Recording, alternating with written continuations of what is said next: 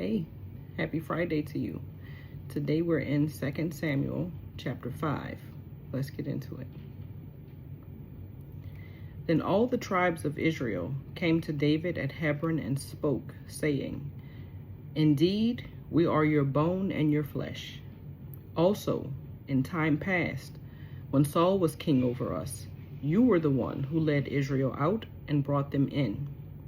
And the Lord said to you, You shall shepherd my people Israel, and be ruler over Israel. Therefore, all the elders of Israel came to the king at Hebron, and King David made a covenant with them at Hebron before the Lord. And they anointed David king over Israel. David was 30 years old when he began to reign, and he reigned 40 years. In Hebron he reigned over Judah 7 years and 6 months, and in Jerusalem he reigned 33 years over all Israel and Judah. And the king and his men went to Jerusalem against the Jebusites, the inhabitants of the land, who spoke to David, saying, You shall not come in here, but the blind and the lame will repel you, thinking, David cannot come in here. Nevertheless, David took the stronghold of Zion, that is, the city of David. Now David said on that day, Whoever climbs up by way of the water shaft and defeats the Jebusites, the lame and the blind, who are hated by David's soul, he shall be chief and captain. Therefore they say, The blind and the lame shall not come into the house. Then David dwelt in the stronghold, and called it the city of David. And David built all around, from the Millo and inward. So David went on and became great, and the Lord God of hosts was with him.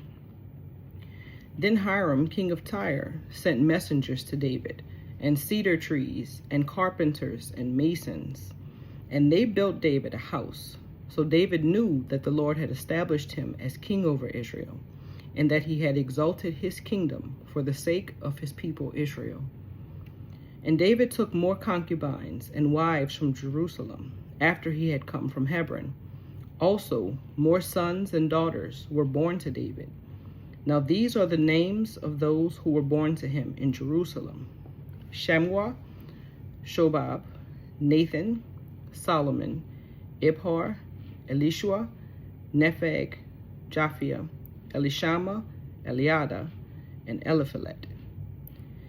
Now when the Philistines heard that they had anointed David king over Israel, all the Philistines went up to search for David. And David heard of it and went down to the stronghold. The Philistines also went and deployed themselves in the valley of Rephaim. So David inquired of the Lord, saying, Shall I go up against the Philistines? Will you deliver them into my hand?